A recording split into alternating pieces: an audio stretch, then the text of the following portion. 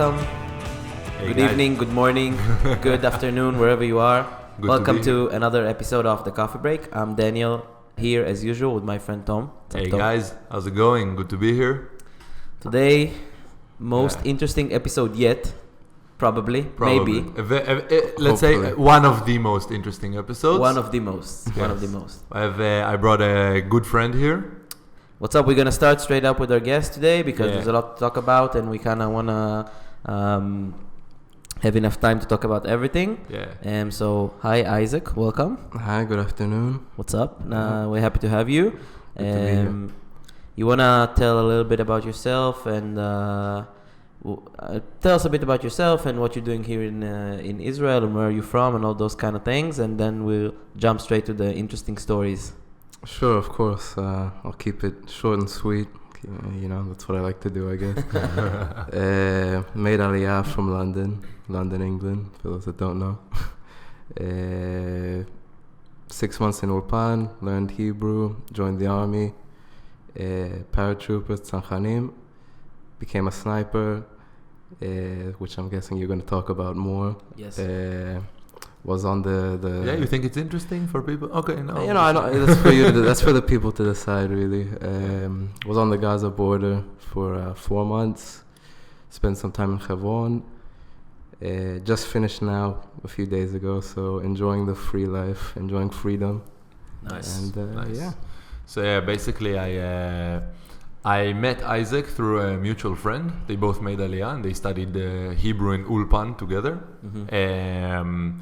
And yeah, we've been hanging out in Hummus Yosef, where me and you usually go. Yeah, it's a great hummus place. Classic place. So yeah, we've been hanging out there a little bit. And the cool thing is that, so one day he sends me, like, Tom, listen, I wrote this answer to a question in Quora about what's happening on the border with Gaza. Yeah. And it got like 50,000 views already. And I was like, whoa. Because in Quora, that's a lot of views. Yeah. You know, usually I know that if you get like 1,000 or 2,000 upvotes, it's considered like viral for Quora, you know? I think 50,000 views is a lot for It's a everywhere. lot. But It's a maybe lot. like Twitter or Facebook or Instagram. Yeah. But It's not. It's more popular than Quora, which is kind of like, true. But Quora, you know, What was the answers. question? What people asking and what did you answer? The question in general was, someone asked about the protests in Gaza, but the way he phrased it, you could see that it was something slightly with a bias against Israel. Mm-hmm. And Well, what do you mean? Like what? he phrased it in a way, he used specific words. I think, he used the term unarmed protesters. Why is it fair that we get to do what we do? Mm-hmm. I can't remember the exact phrasing, but it was clearly, you know, someone looking to make some sort of anti-Israel question. Looking to start a fight. Yeah, which, you know, on the internet, when it comes to Israel, it's, you know, you'll find the fight. These are the best kind of fights. Yeah, we talked about it on our last episode. Yeah. All right. And then you decided to take initiative. Yeah, to be honest, I can't tell you that I really planned this out. It was like the middle of the night. I was planning to go to sleep and, I don't know, just doing some reading before falling asleep. And I said, you know, as a person that's really been there, because I saw all kinds of answers of people who or have never even been to Israel. They just, I don't know, read news articles. Mm-hmm. Or people who have been in Israel, but, you know, clearly they haven't been on the border itself. You know, me being a sniper there. It's not a very touristy spot, so. Well, you know, I have a few stories of some protesters who somehow managed to get there too, which is interesting. But, you know, being a sniper who was really on the fence, sometimes literally, you know, I can really give a good account and at least try to give some evidence and get the truth out there. And that's what I did. You know, I wrote it in like 20 minutes and suddenly the next day, I'm just getting email after email every 5 minutes over a new notification with this. And I don't know, it got very popular very quickly. Wow. So, just to make things straight, let's say a normal Friday for you, how would the normal Friday would look for you? So, Yeah. So just to give a bit of context though, so there have been protests / riots on the border between Gaza and Israel for the past year and a half now already, something like that. Yes. Yep. and usually what happens is that every one of these riots has some people who are injured or end up dead or something like that. Yes. And it's been on the news quite a lot, especially in Israel, but also generally in the world. Yes, Right. it's important to say. We're not trying to. We don't know all the facts all of the time, and I personally don't think there's one side that is right. I think that maybe it's always like it's complicated reality. Most of the dead were from the Palestinian side, most of the injured, and that's because various reasons we'll hear about. Those protests, they often are portrayed just as protests, but there's usually something more behind it. So usually it's maybe civilians, and then there's some Hamas combatants within them trying to do all sorts of things, harm soldiers in a certain way or stuff like that, and that usually what causes the dead. Some of the dead are civilians, some are not. It's a very complicated reality, so we don't want to say, look, they are right, we are wrong, we are wrong, we are right, they are wrong. It's not about that. It's about talking about the reality and the complicated reality, and maybe hearing first person about what happened. So, all right, so describe to us what a normal Friday, not a normal, but what an average Friday would look to. It's a bit different from the Fridays I see now, thankfully. But so really, to describe it, you have to tell me, from what period, why, because the protests have gotten a lot quieter, a lot less violent lately, which is good. Of course, everyone wants that. But, let's say at the peak, when it was most violent, we would wake up at about 4 or 5 a.m., go to the shooting range, make sure that all of the sniper rifles work and all that. And by 10 a.m., we'd already be in the border area, setting up, deciding positions, etc. And their protests are meant to start after the afternoon prayer. So around 1-ish, it would start getting full. And then until sundown, when they have their next prayer, or until it gets dark. For some reason, they didn't like the cold, so, they would go back home. They're going back home for Shabbat dinner. So So you would be probably like lying down on a dirt patch somewhere, right? And with your rifle, and you were alone, or there were other snipers with you? So you're, at the very least, you have a pair. It really depends on how many people you have available. The preference is that you have 3 guys: the sniper, the spotter, and then like a commander who kind of, he's with the walkie-talkie, kind of relaying orders and stuff like that. That's the preference. So it's like a sniper unit. Yeah, there'll always be a small squad like that, and then 500 meters to your right or left, there would be another one like that, and So you would lie down. You would look through your scope the entire time, or? Well, with a lot of Fridays and a lot of protests, you get experience. The first time you're there, you're very nervous. So it's just lying down for 5 hours, making sure everything's okay and nothing's breaking out. But with the time, you see a lot of patterns. So towards the end, I really had a good feeling for when something's about to break out, when it's too quiet, you could say. And it really did happen like that, where there'd be an hour where it's just dead quiet, and it's not meant to be like this. Yes. And, on the other side, they also know we're there, and they've gone quite smart. They would actually know in the last hour, normally all the snipers, they're tired, they're a bit less alert. So most of their big attempts to break the fence would actually happen in like the last half hour, last 15 minutes, when we're kind of at our least alert. So and what I mean, I think that all 3 of us know why they're trying to break through the fence. Right. Like, for us, it's very understandable. I think there's 2 reasons. I think one reason is the classic. We wanna, it's Hamas combatants or whatever, and they wanna harm Israelis. Yeah. And I think the second is they're trying to break out. They're trying to maybe get arrested by Israel and escape the reality in Gaza. Yeah. I can tell you, for sure that happens. We've stopped the guys that have tried to do that, you catch them on the other side of the fence, and they tell you openly, I've got nothing else going there behind me. They say they'll bring a knife or something, a reason for you to arrest them and put them in prison. But it's clear they don't really want to attack Israelis. They just walk around with a knife in their pocket. Yeah, they've just heard, their cousin or whatever who's been thrown into an Israeli prison and suddenly has 3 meals a day.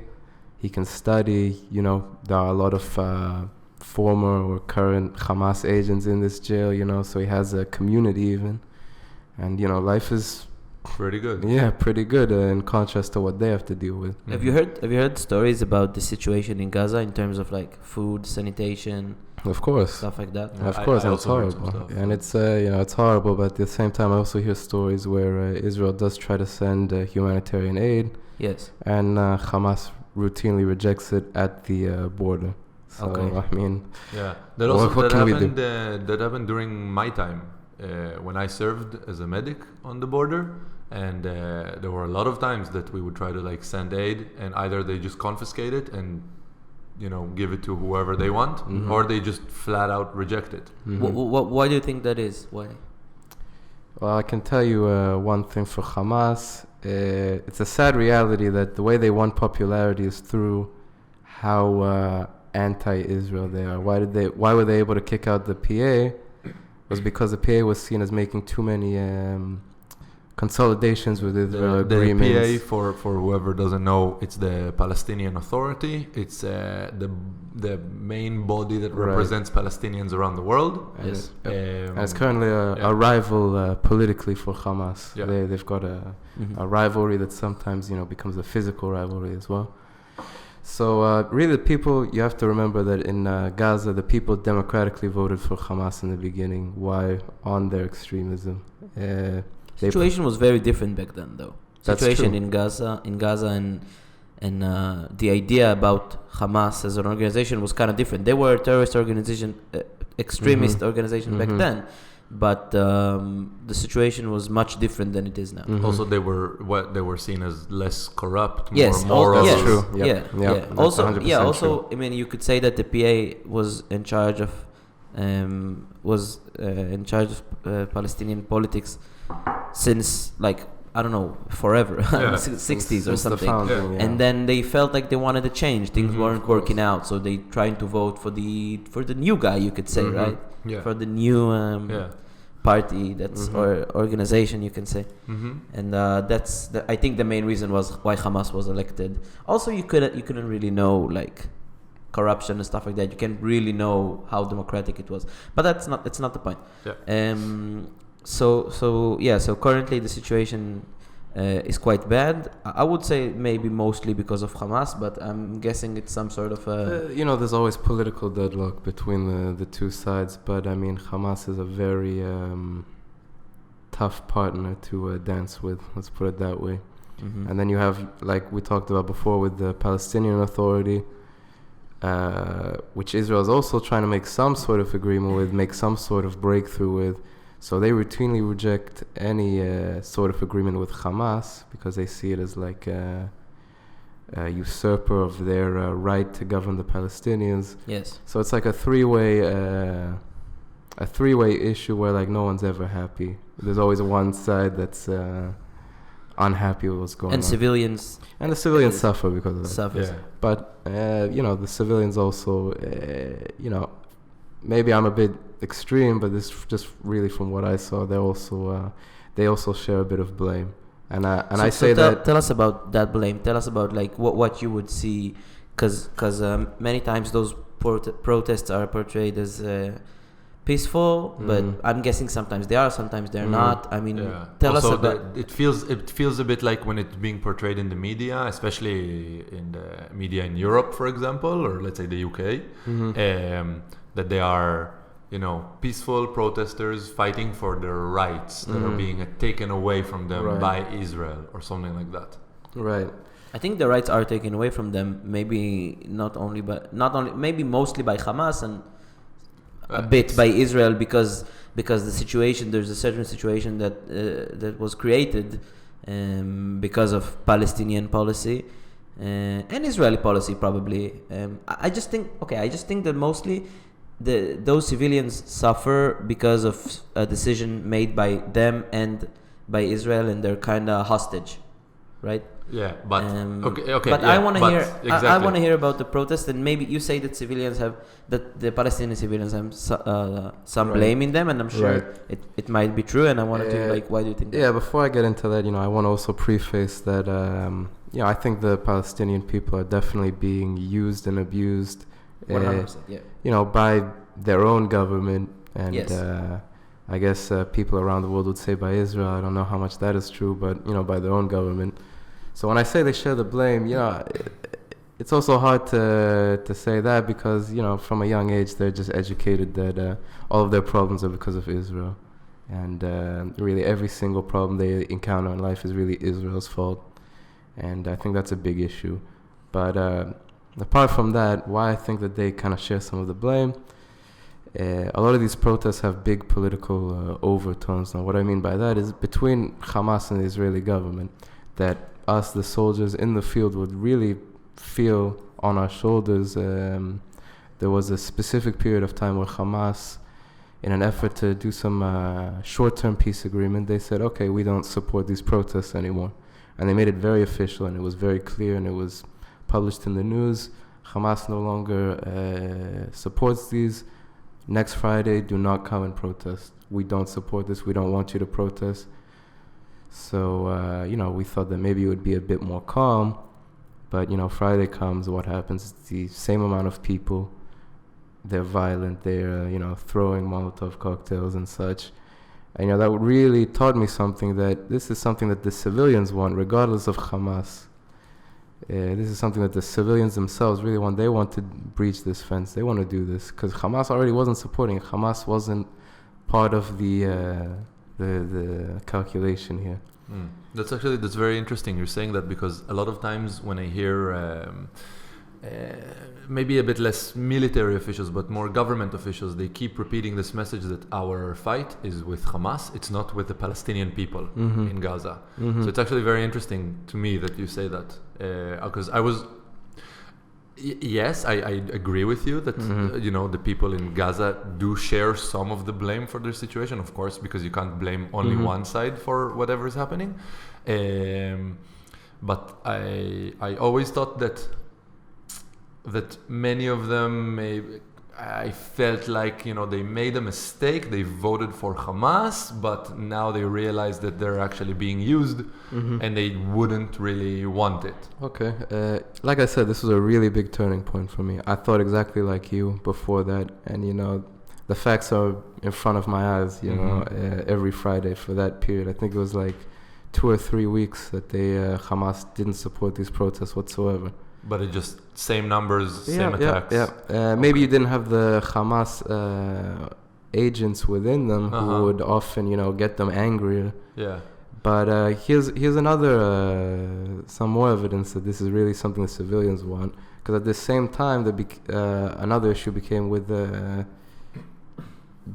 Jihad Islami. It's Palestinian Jihad, which is a smaller political group, which is even more extreme than Hamas. They are pretty radical.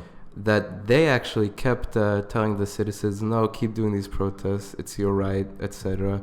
And they actually gained popularity in these months. Why? Because the civilians started seeing that Hamas is starting to make what they saw as concessions to Israel. Compromising. And then suddenly this even more radical group is gaining popularity. So, you have to ask yourself, if the citizens keep going for the more radical party that keeps preaching more and more violence, you kind of see what they're after. So let's go back to actually what's happening on the ground there. So you as a sniper, what you said, for example, that you have Hamas agents trying to stir things up and things like, could you see something happening? Yeah, could you spot those agents?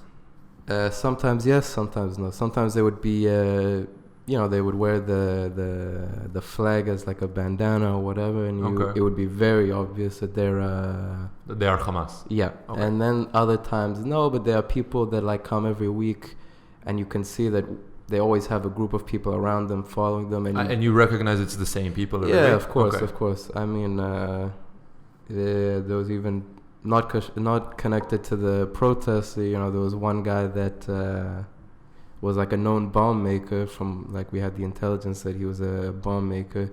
And he would be walking around these protests at a safe distance, like we weren't allowed to shoot him.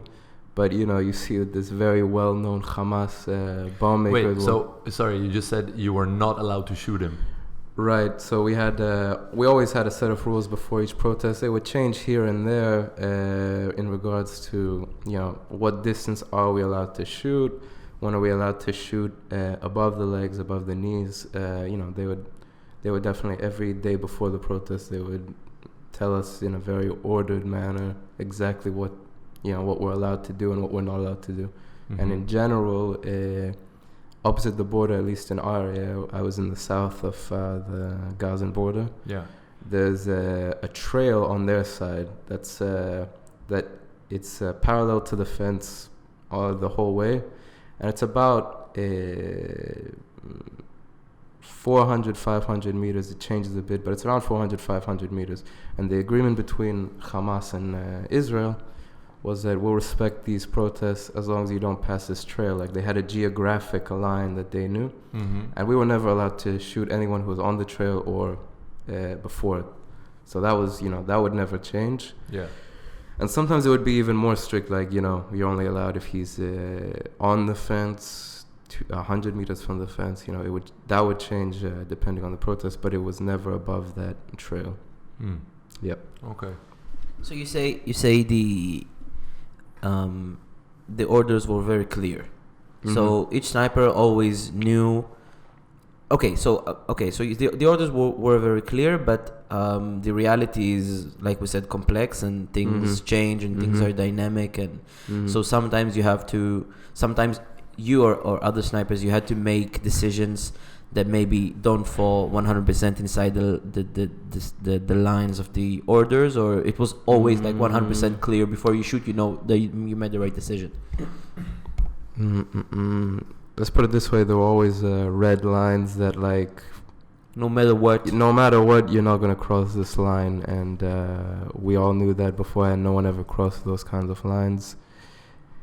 In terms of if there's an emergency, someone's, you know, actively cutting down the fence, or he has a Molotov cocktail in his hand and he's throwing it, then yeah, we might shoot and only report it the second after, because you just don't have time to report that kind of thing. But it's always like those shots were always like it was always clear to you that you need to shoot. Of course, and also, you know, it's not like there were no records. You always had to record. Yes, the sniper himself, he has a camera attached to his lens. So I didn't know that. Right, a lot of people don't know that, and I learned that from the answer that I gave, that really almost no one knew this, and it's actually relatively new when we just moved into Gaza. It's a very smart, actually. It's very, very smart. Very smart, yes. To do it's yes. For the situation that we're in, it's incredibly smart. It's very smart, and it's very humane also. It's very humane. It gives a lot of evidence to back up, you know, what we're doing, and to make sure that there's not some lone shooter, you know, going crazy, which, you know, maybe it could happen. Yeah. You know, God forbid. And actually, even more so, it actually makes our job as a sniper a lot harder. Because you know, there's a record. You know, there's someone would know. Not just like that, but the actual you know, shooting, you're less accurate with this, and you know that. Really? Right. It slightly affects the scope. Okay. Slightly, but you know, when you're aiming at someone's knee at 300 meters, you know, you have to be very good at what you do. That's actually something that I find that a lot of people don't know, especially when I'm talking. So, for example, now as part of my job in the student union at university, I'm in charge of the foreign students, and I organized a panel for them. There's a very big group that came. Most of them are from France, but also from Slovakia, Austria, Russia, the UK as well, and you know, no one really does military service from where they come from. They don't really know it. It's not as ingrained in the society as it is here. And so a lot of them ask me questions, for example, like, oh, you know, why do they have to shoot the leg? Why can't they shoot the knife out of the guy's hand or something like that? and because they genuinely don't know. They never shot a gun before, and so they don't understand. And it's hard for them to understand. It's not like a Jackie Chan movie that you can just, you know... Yeah.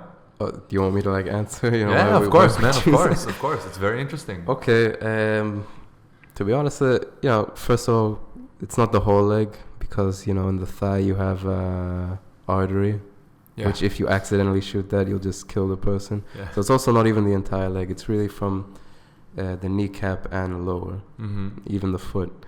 And I guess they chose that as a general rule of thumb because, with a hand, the person can move it and it's a very small target. And, with the leg, you just shoot and the guy's not going to move and he's probably not going to throw any grenades or anything, which has also happened.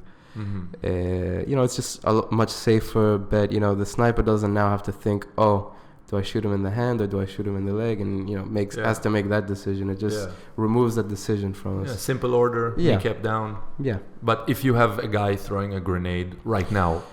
If he's in the act and you've got full proof and all that he's got a grenade and he's planning to throw it, you're allowed to shoot to kill. All right, but let's say, maybe a grenade is a bit harder to see before, but let's say he has a Molotov cocktail. Also, it's very easy to see that he's holding in his hand. But what if he's not throwing it right now?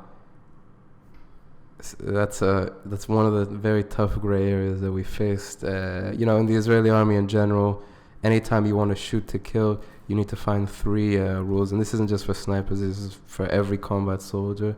He has to have an object that he can kill with. He has to have the possibility to kill with it, and he has to have the want to use it to kill. Yeah. So without those 3 things, you'll never. The intention, basically. The intention, exactly. The first 2 are very hard, are very easy to find. The third is very, very hard. Exactly. It's almost impossible.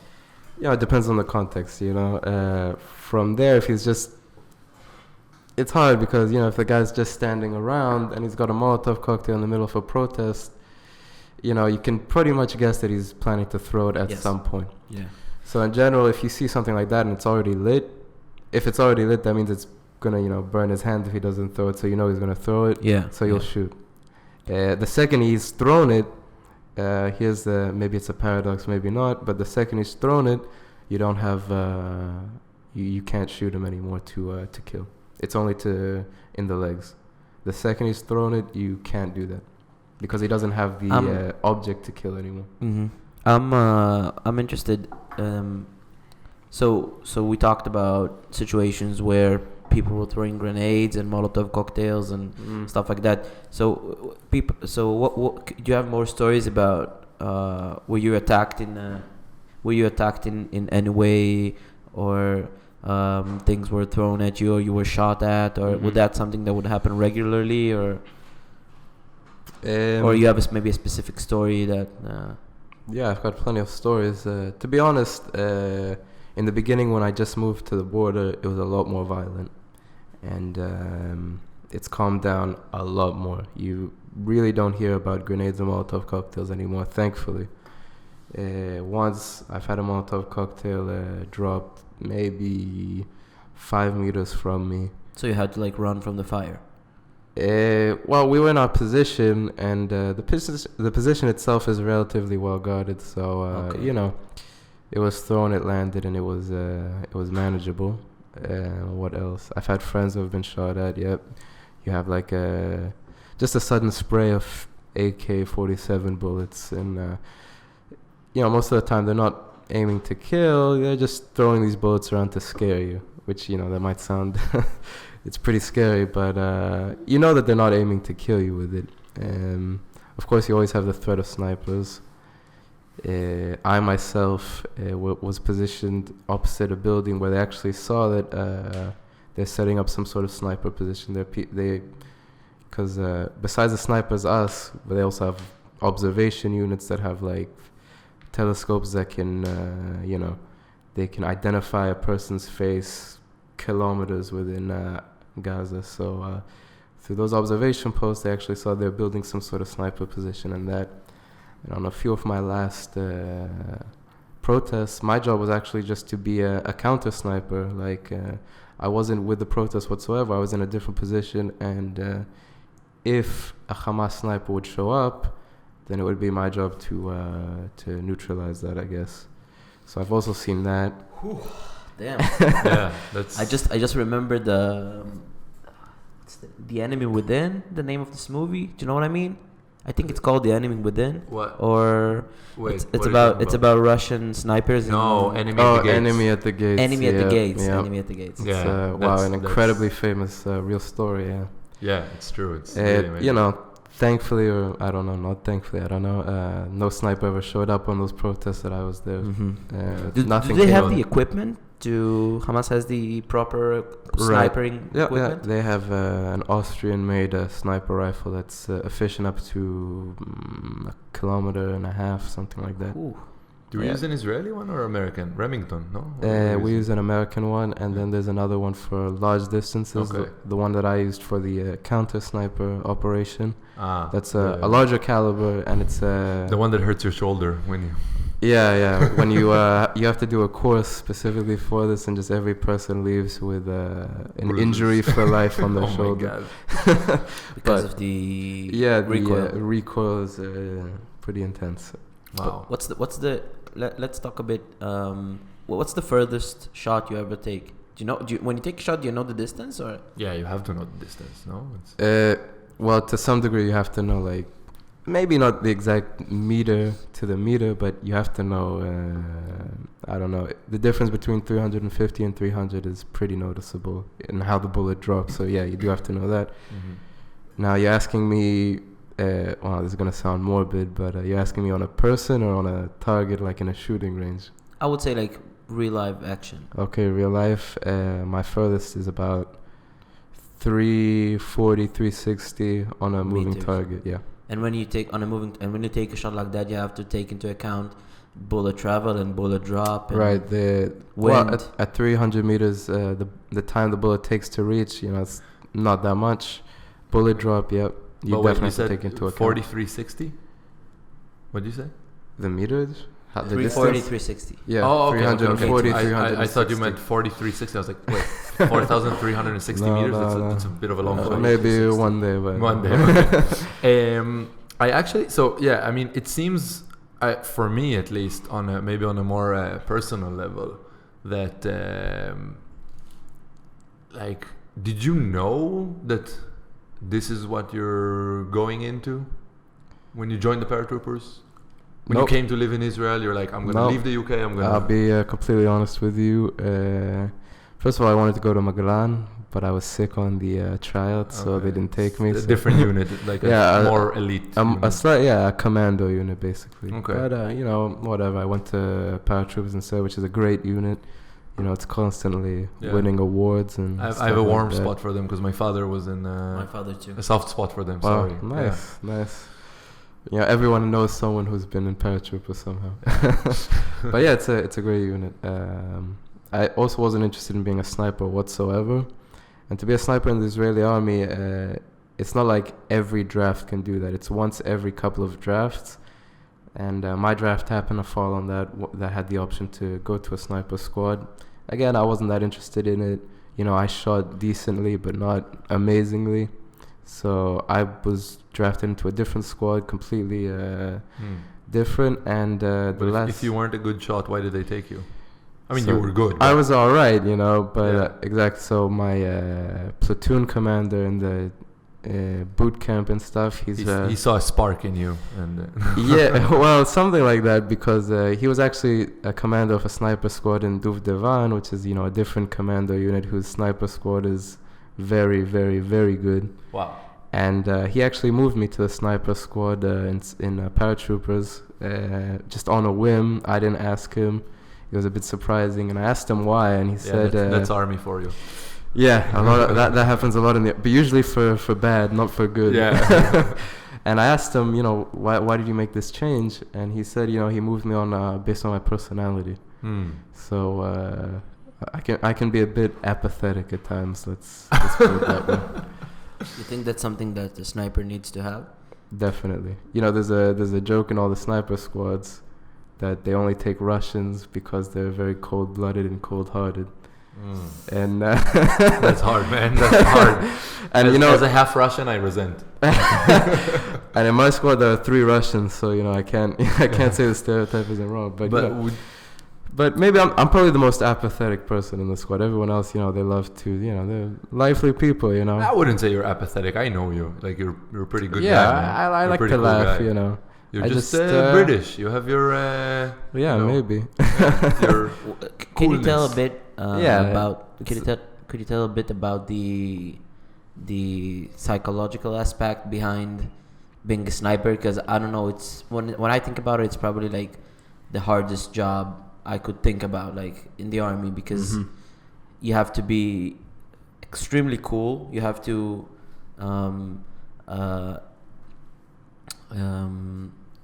execute at a high level an extremely difficult task, which is shooting someone, sometimes to kill, and you usually probably see the person you're gonna shoot very well. So how would you say that like it affects you, if anything, like you specifically or other people you know?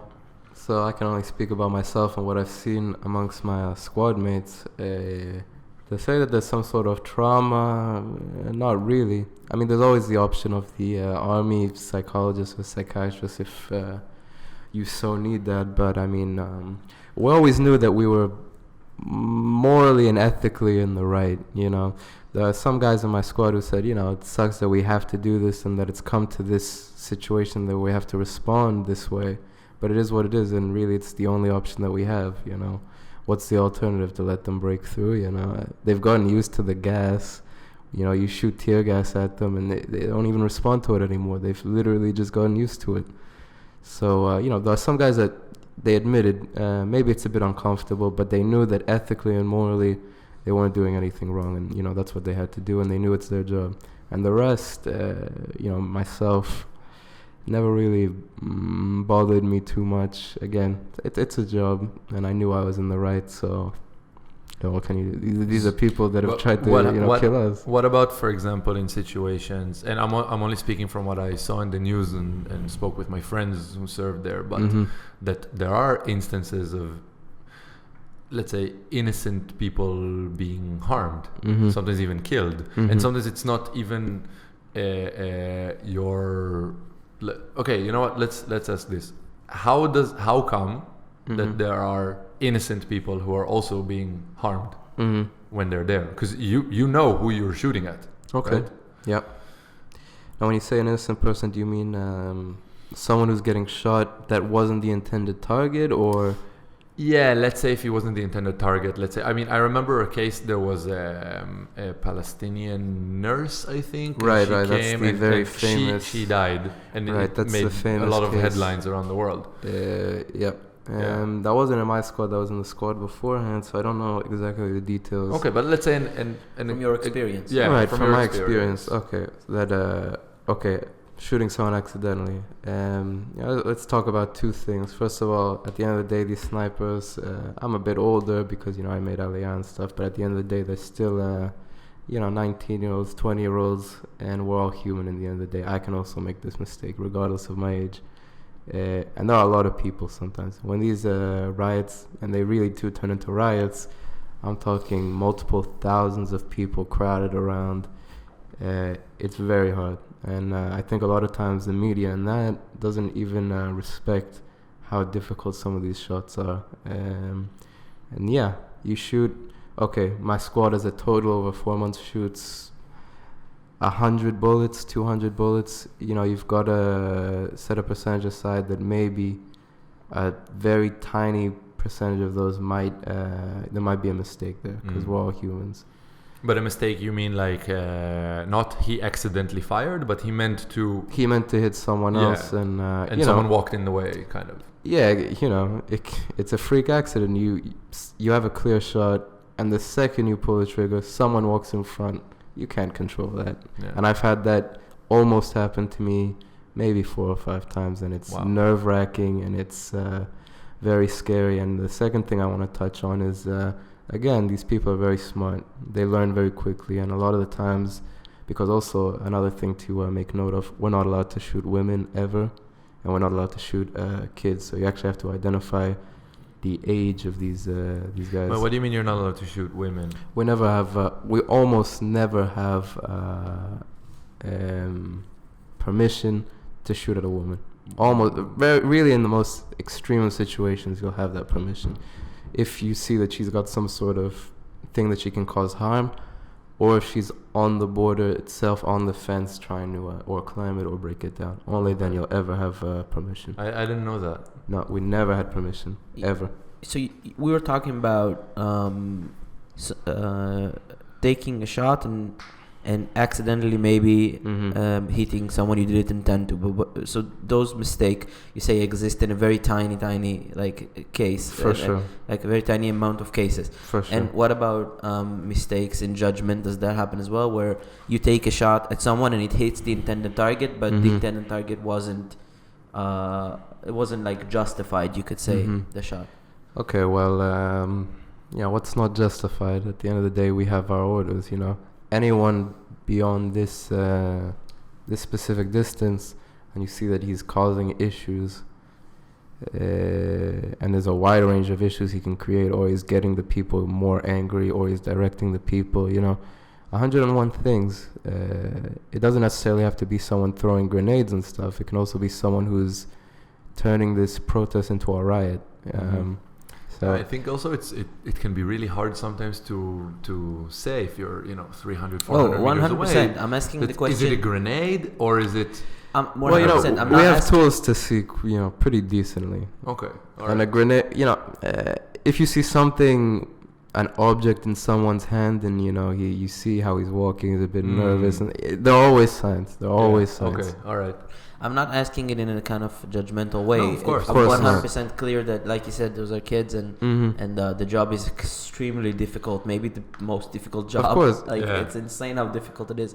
But what I'm thinking is, if those kids can perform their jobs with even 1% of mistakes in judgment, that's a miracle to me. Like, I would think that those things would happen a lot because how hard it is to perform that job. But maybe I'm wrong. Maybe it doesn't.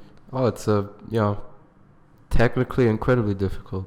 And as a sniper in Gaza, you really don't sleep much. I mean, we do rotations. There are 16 days on the border, and then 5 days at home. And it's really 16 days that you will sleep an average of 3 hours maybe every night. So, technically speaking, incredibly hard. I mean, to shoot someone's knee at that kind of distance, if he's a target standing still, it's difficult. To do it when he's moving, and then you've got tear gas in your eyes, it's sometimes I think about it and really I don't understand how we managed. But would you say that those decisions in judgment like the judgment was made by higher ups, so you wouldn't usually decide on yourself whether to shoot or not? They would tell you shoot. And there was never a shot that we took that like we just decided, hey, I'm gonna shoot this person, and then you take the shot and that's it. There was like I said, you've got the extreme cases where you shoot and then radio it, but those were really the extreme cases in the minority.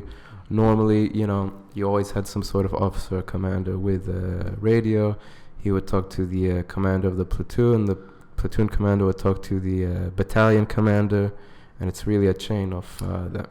Have you ever had cases that happened that either you had to take a shot or a friend had to take a shot or something that you just saw on your scope but that really shocked you? You were like, whoa, I can't believe that they would do this, for example. Yeah, sure. You see a lot of messed up things there. But like what, for example? Okay, like I said before, we're not allowed to shoot women and children. So, like I mentioned before, you've got some guys that return to these protests every week, and they're clearly more adult, and you can see the people are respecting what he's saying, and he's really directing the people. So, or he has some connection to Hamas, or he's someone critical to these riots, and you see suddenly that he's crossing the green line, let's say, where you're allowed to shoot, and he's walking, and he's got a circle of kids around him. Really? Yeah, and they're smart. He'll walk in a way that these kids are always in front of his legs, because he knows there's no way we'll be able to shoot now. And what are you meant to do in this kind of situation? And he's getting closer to the fence. What can you do in this kind of situation? Man, that is And he does that in order to create some sort of... it's an obstruction. He knows we can't do anything about it. He knows you're not going to shoot a kid. Trying to create some sort of provocation. Maybe you would shoot a kid by accident. Well, it's a win-win for him. Or we don't shoot, and he gets to do whatever he wants unimpeded, or we shoot and take that very high risk that we shoot a child, and then there's also about 1,000 cameras on their side, and we've got a great propaganda piece now, how Israel shoots children. That is insane, man. That is insane. I mean, I know, but it just shocks me every time. Yeah. The difference in the mentality is just it shocks me every time. Oh yeah, and also during that period, like I said, when Hamas stopped supporting these protests, they would actually put people affiliated with Hamas. This happened really a small number of times, but I saw it with my own eyes, where they would actually just make a chain of people on this trail that I talked about that serves as like the line that they're not meant to pass. And when one of the protesters would try to break through, they would actually just start beating him up, like 50 guys on one guy. And just Wait, what do you mean? So, when Hamas stopped supporting it, I think it was in the middle of some peace negotiation between Israel. It might have been after that incursion from the Israeli side where they caught them, and then there was a big mess of that, and then there was some peace negotiations. Okay. So it was a very sensitive time for Hamas, or something to do with the money. I don't remember, but it was very important to Hamas to keep the peace on the border for that specific time. Yeah. And so what happened to maintain order, and this is again why I say that you can tell that the civilians are kind of to blame here. They would have to put, Hamas henchmen, I guess, to actually physically stand on that trail and to physically stop anyone from crossing it. Wow. And, they would automatically respond with violence. And this could be if someone tried to cross. Yeah. And this could be a child, this could be a teenager. They really didn't care. And, you routinely saw, them beating up children, stuff like that. They really did not care as long as no one crossed. Wow.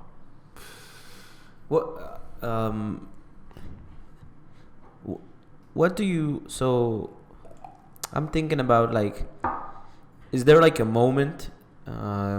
before you have to take a shot, is there a moment where, what's crossing your mind? Is it purely concentrating on thinking about all the aspects of hitting the shot, or do you sometimes think about other stuff, or what happened in the second before?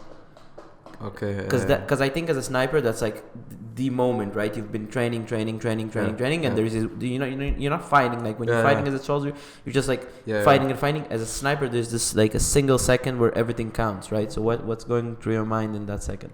Yeah, let me think about that, because I've never really thought about that, to be honest. That's a good question. Yeah, that is a good question.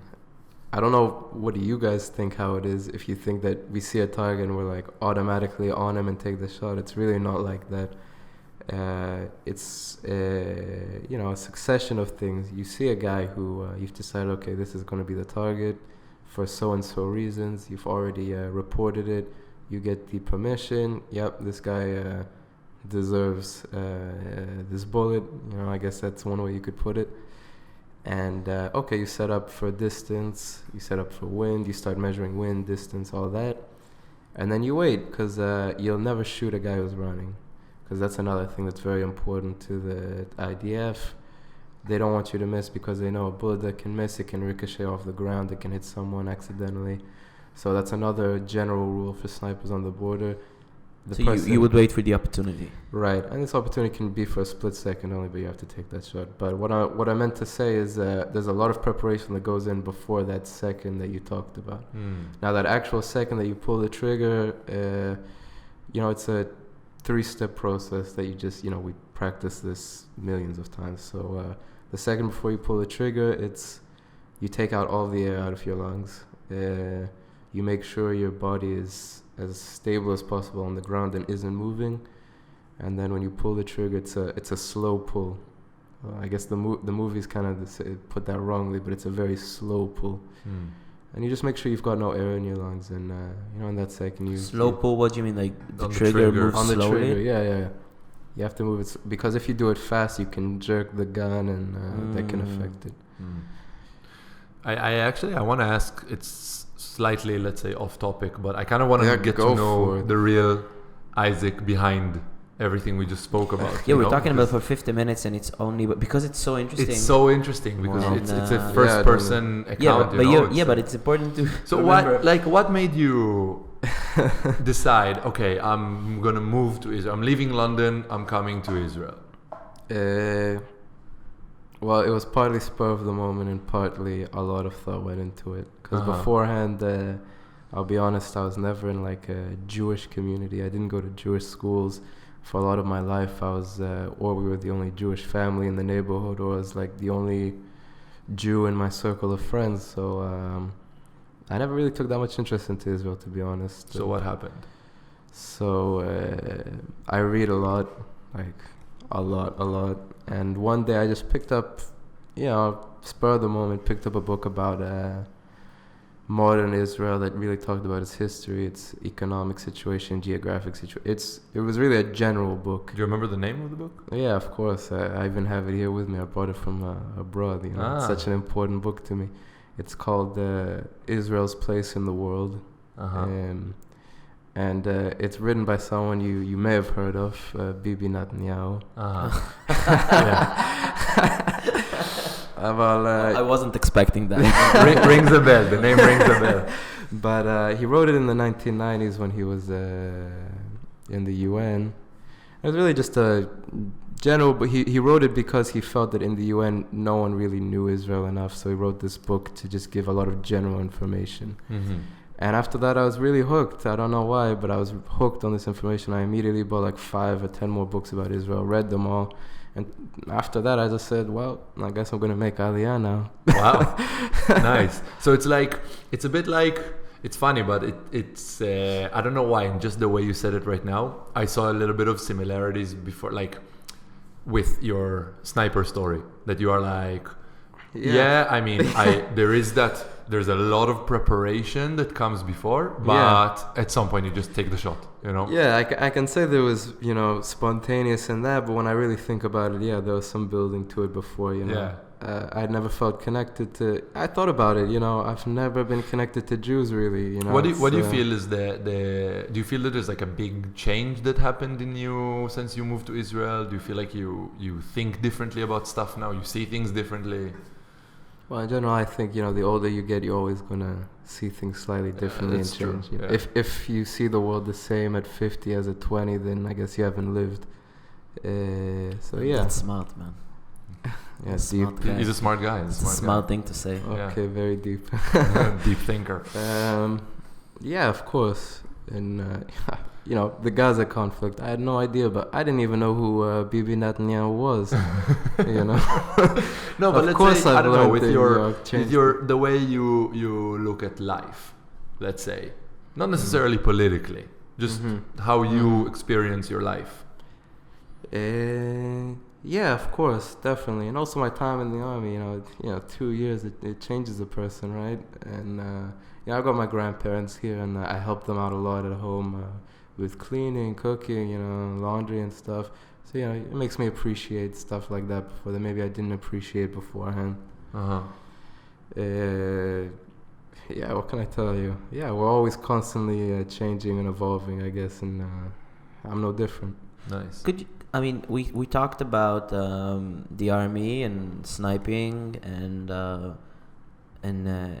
moving here to Israel, but I think that you're a person, right? You're a human. Last I checked, you're a human being, and you were a sniper and this and that. But what do you like?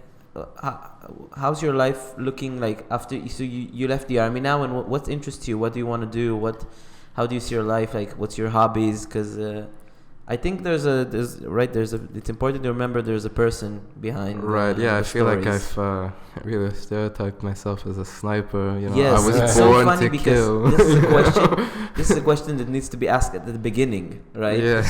Usually you ask at the beginning, but I feel that now, like, maybe tell about yourself a little bit. Course. Because so there are parts of me not related to being a sniper. I am a human being, as you said. Hobbies, like I mentioned, I love reading. I read all sorts of stuff, the classics and a lot of non-fiction. What else? Chess. I love playing chess. I used to be I boxed in the amateur ranks for 6 or 7 years. Wow, nice. We should spar. It might happen, the day will come. Slight height. He's much larger than you. Yeah. Sure, For those who don't know, the height difference here is, David and Goliath happened, so... Yeah, to be honest, he's much larger than basically anyone on the planet. Yeah. I keep every time I see him, I tell him, or I've gotten shorter, or you've gotten bigger, Tom is 2 meters, 4 centimeters high. That's three. Let's not 2 exaggerate. No, God forbid. So but if you love chess, you would love Brazilian Jiu-Jitsu. Yeah, well, there's also elements of that in boxing, Yeah. Also, everyone tells me that about it's very strategic. But you've got to think ahead and that, I was gonna ask, now that you're out of the army, what do you plan on doing? What's interesting, like in terms of job, study, or what? So, I want to study here in Israel. For the foreseeable future, I'm staying here. Economics. I worked in finance before, so I have some sort of background there. So I figured, okay, I might as well get a degree in this. I'd love to go back to work into finance. Nice, cool, man. Yeah, a bit anticlimactic from the sniper stories. But that's the thing, right? That's like because it's all names in the news or whatever, or it's all like places you hear about on TV, but behind all those stories, behind the shots, behind the tear gas, behind the people trying to break the fence, there's always people on both sides. Yeah, and I think also people can sometimes forget that it's like the thing. In every army, of course, it's always people. But let's say if you take the Israeli army, for example, these are genuinely people that are being pulled out of the civilian population, getting drafted, going to the army for 3 years, and then moving out. Like, I'm a dentist. I will be a dentist soon, hopefully, if I pass all my exams. Hopefully. Yeah, but probably not. Thank you. But I was a medic. You were studying design, and you were in intelligence. But these are really ordinary people from everyday life. And media and politics and those kind of things often demonize, right? Because people in Gaza, so us as Israelis are always demonized in Gaza and other way around, and they always see that the army are monsters, and we hear that Hamas are monsters, and everyone are monsters, and everyone are people eventually. And some of them have harmful intents. Yeah. But behind the organization with the political and harmful intents and political goals and stuff like that, there are normal people here and there. Yeah. And when you think about how everyone are just normal people, then it kind of makes you think about the whole situation behind. But also it's because when you look at the media, you have to remember the media wants to sell you something, and it's either advertisements that they're selling to you, or it's an agenda or a story or something like that they bring to you, and they want you to leave the story with a certain perception. And let's say, the Israeli basketball team under 20 won the European Championship for the second time now in a row. Yeah. But it will never sell as a dead nurse in Gaza or a child being shot by accident or whatever. Unfortunately, there's proof of that on the answer I gave on Quora. It's such a hotly debated topic. I'm sure if I wrote about finance, it would not have gone. Probably not. No, we should put up the link to his Quora question in it's really good answer. What I want to say just to finish is to answer you, because I think that like you said, the media is trying to sell us stories, then maybe it's our responsibility as people to remind ourselves that there's also people on the other side. Right. Yeah. And not that there's a lot we can do about it, but just so we would always remember that. And there's always something we can try. Yeah, we can try. Yeah. Isaac, man, it God was bless great you, having my you friend. here. Oh, thank you. It was good to be here. Great thank you having for you coming. Yeah, it was very, very interesting, and thank you for coming and telling your stories and everything. And we'll put up the link for the Quora question. Thank you. And yeah. Awesome, man. Awesome. All right, guys. Shabbat Shalom. Thank you very much for being with us. Thank you, Isaac. Thank you. See you next time. Yalla, bye. Bye-bye.